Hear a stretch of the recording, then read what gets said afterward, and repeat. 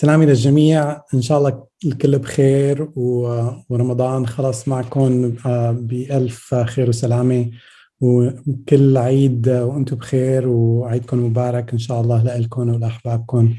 اليوم بدي أحكيكم على موضوع معقد شوي، على أدوية هلأ صار في حكي كتير عنها، فحبيت أشارككم بمعلومات كتير حديثة بالطب. نحن بتعرفوا بنحكي على المبادئ الستة للطب الكلية المتكامل، واحدة منهم هي الأدوية. فلما بتحكي عن أنك تعمل تغيير بنمط حياة المريض، ما معناها أنه ما لازم ياخد أدوية، فكتير من الأحيان نستعمل أدوية لحماية الكلية. طيب خلينا نبلش. الأدوية اللي حاحكي عنها اليوم هي مثبطات ناقل السكر والصوديوم الثاني، هي بالإنجليزي SGLT2 inhibitors، ونحكي على دورهم بمرض الكلية. هلأ صار في كتير أبحاث عم تحكي عن موضوع هدول النواقل ومثبطات النواقل السكر والصوديوم. لازم نحكي قبل ما نبلش بأنه نحكي عن هدول الأدوية، لازم نحكي عن شو هن هدول، شو هو ناقل صوديوم والسكر بالجسم، جسم الإنسان. هو صوديوم جلوكوز كو ترانسبورترز، هدول يعني الناقل بينقل الصوديوم والسكر مع بعضهم باتجاه واحد. فتذكروا لما حكينا بفيديو تاني عن المرحلة الذكية والمرحلة الغبية بالكلية، كيف انه لما يصير الرشح بالكبيبات الكلوية، كتير من الأغذية بتمر من الكلية، من الكبيبات الكلوية للأنابيب الكلوية بالمرحلة الأولى اللي هي المرحلة اللي أنا سميتها الغبية. فالجلوكوز السكر بيمر مثل ما هو عبر الغشاء الفاصل، الغشاء الكبيبي، للأنابيب الكلوية. فإذا طبعا السكر حيمر كله من الكلية بدون ما ينعاد امتصاصه، رح يصير في مشكلة كبيرة. فالامتصاص بيتم بالأنابيب القريبة من الكلية، وهلا الامتصاص بيتم عن طريق ال SGLT2 اللي هي الناقل الصوديوم والجلوكوز. فبيعاد امتصاص الصوديوم والسكر سوا. هلا في نوعين من النواقل هدول، في ال SGLT1 اللي هو موجود بالأمعاء الدقيقة، فالامتصاص السكر بالأمعاء الدقيقة والصوديوم بيتم عن طريق ال SGLT1 ناقل السكر والصوديوم الأول. بالأنابيب القريبة المستقيمة كمان بيتم امتصاص السكر والصوديوم كما شايفين هون. هلا بالأنابيب القريبة المتعرجة اللي هي أول شيء بيطلعوا من الكبيبات الكلوية، هون أول شيء بيطلعوا الأنابيب القريبة المتعرجة، بعدين الأنابيب القريبة المستقيمة. هلا 90% من امتصاص السكر بيتم بهدول المرحلة الأولى اللي هي SGLT2. فبهالمرحلة بيتم امتصاص معظم السكر، وباقي 10% بيتم امتصاصه بال SGLT1 بالأنابيب القريبة المستقيمة. يعني فكرة بس نعرفكم على شو هدول النواقل اللي عم نحكي عنهم. هلا بتعرفوا نحن بحب الوراثة، فبالوراثة الجين تبع ال SGLT1 هي SLC5A1، ومثل ما حكينا بتأثر على الأنابيب المستقيمة القريبة المستقيمة.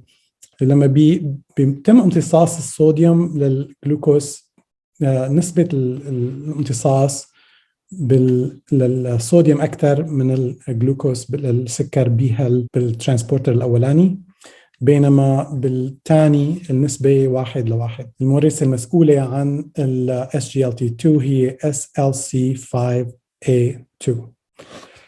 فمثل ما حكينا، هذا أذكركم مرة ثانية، 90% من الامتصاص بيتم عن طريق SGLT2 بالأنابيب القريبة المتعرجة، و10% بيتم بال SGLT1 بالأنابيب القريبة المستقيمة. طيب هلا النقطة الحلوة بالموضوع كله هذا إنه بلشوا هدول الأدوية لما طلعوا من زمان صار يصير مع المرضى كثير اختلاطات بقصور كلوي حاد.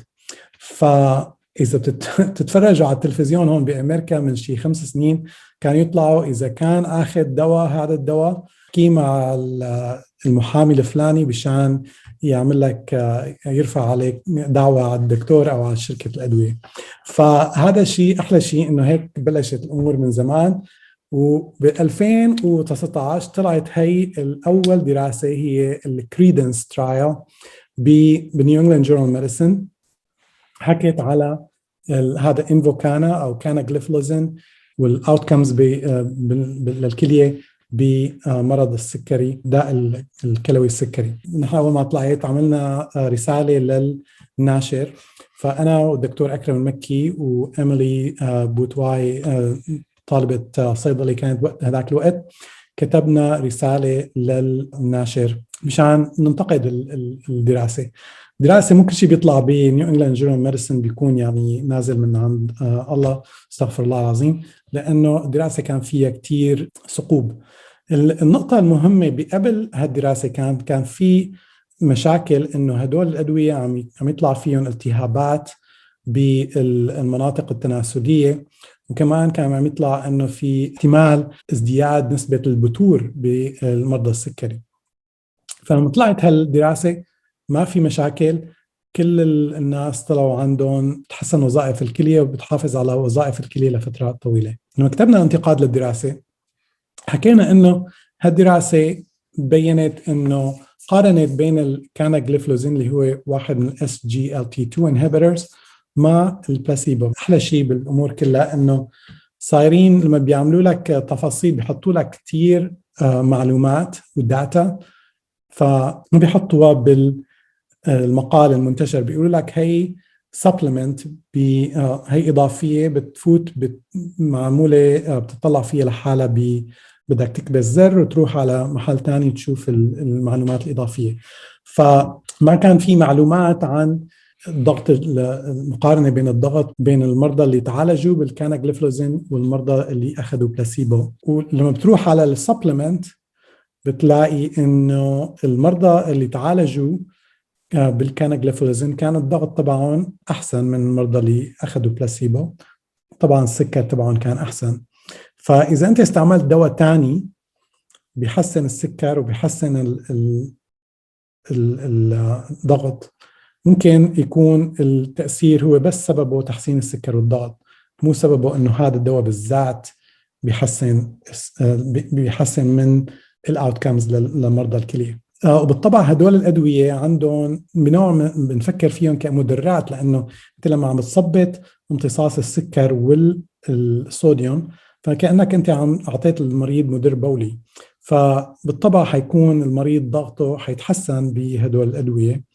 المقارنه لازم تكون انه المريض الثاني لازم يعطى مدر بولي مشان تشوف اذا كان التاثير متوازن ولا ما متوازن. وطبعا ما حكوا على انه ما كان في احتمال زياده البتور اكثر بالكريدنس ستدي، لانه يعني عملوا برنامج فظيع يعني مشان يفحصوا المرضى، يفحصوا اجريهم، والمريض اللي عنده احتمال انه يصير معه ازدياده البتور كانوا ما قبلوهم بالدراسه. فالموضوع ما كان كتير يعني هيك خدوا هالدواء ومشي حالك، بس المعلومات كانت يعني كتير ناس حسوا فيها انه هي صفحة جديدة بمعالجة مرضى الكلية بعد 30 سنة من ما في شيء جديد عم يساعد بتحسين من الاوتكم لمرضى الكلية. طيب اجت بعدها السنة الماضية سنة الكوفيد، جتنا هي الدابا CKD ستدي، كمان انتشرت بالنيو انجلاند جورنال ميديسن. ما طلعت على تفاصيلها بالوقت لما نزلت لفتره جديده، ولقوا كمان انه المرضى القصور الكليه المزمن سواء كان عندهم سكري ولا ما عندهم سكري، احتمال ينزل عندهم او احتمال تطور مرض الكليه المزمن او حصول قصور كلوي كان اقل بالمرضى اللي عندهم اللي اخذوا هذا الدواء داباجليفلوزين اللي هو واحد ثاني من SGLT2 inhibitors. كمان من ناحيه امراض القلب والاوعيه عند مرضى الكليه لقوا إنه هذا الدواء أحسن من البلاسيبو. وبعدين إجت الإمبرور Reduced Study، كمان لقوا نفس الشيء بعدها خلال نفس الشهر طلعت هي الدراسة. هلا ملاحظاتي على هالدراسات على هالأدوية بحد ذاتها إنه بالطبع هي أدوية مضرة للبول، وهي الأدوية كمان بتنقص السكر بالطبع، فحتحسن من السكر، بتخفف الضغط، وكمان بتقلل الضغط داخل الكبيبات الكلوية. ليش؟ هلأ بنحكي.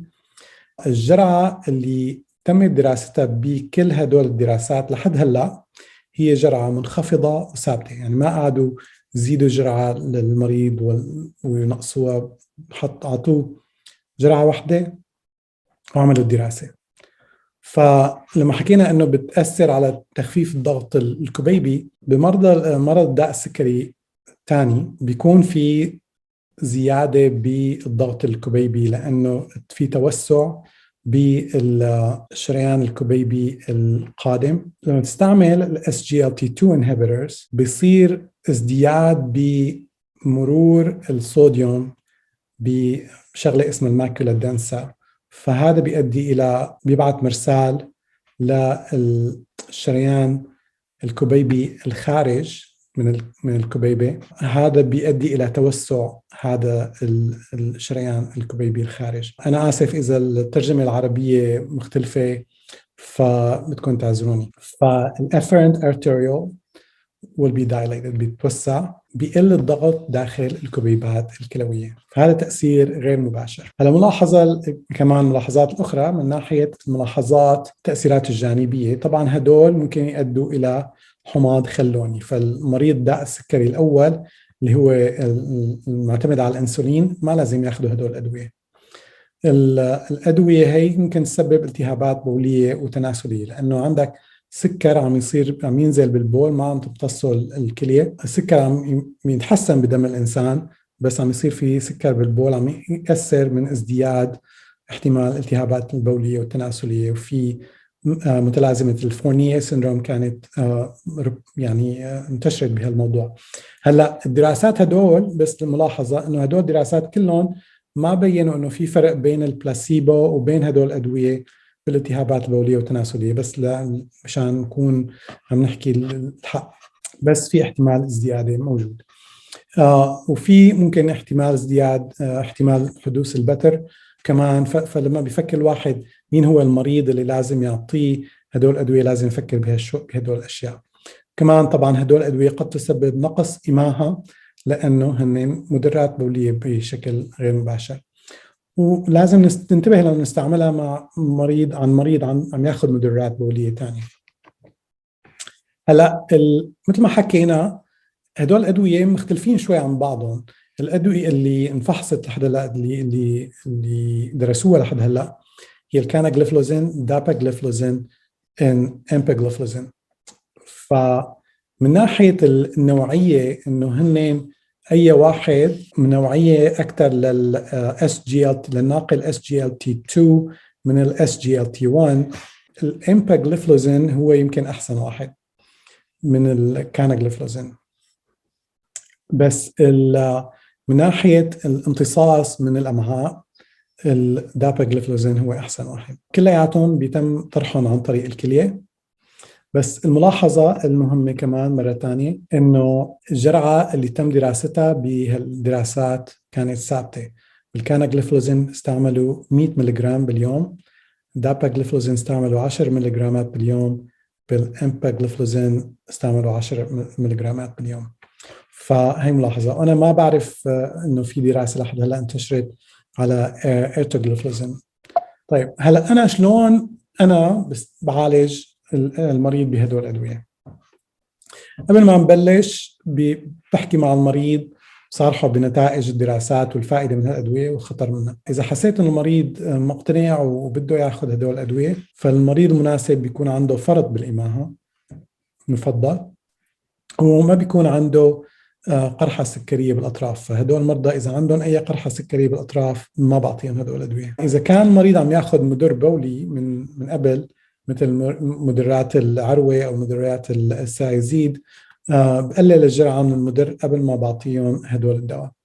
وبطلب المريض انه ما يخلي اي طبيب اخر غيري يغير الجرعة، وبقول له انه يعمل فحص لاطرافه يوميا. هو المفروض مريض السكري يعمل فحص لاطرافه يوميا بشكل عام.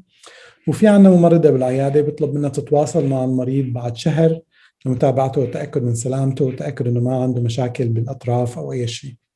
وبنعمل فحص لوظائف الكلية والشوارد بعد شهر من اخذ الدواء مشان نتأكد انه وظيفة الكلية سليمة والشوارد مناح.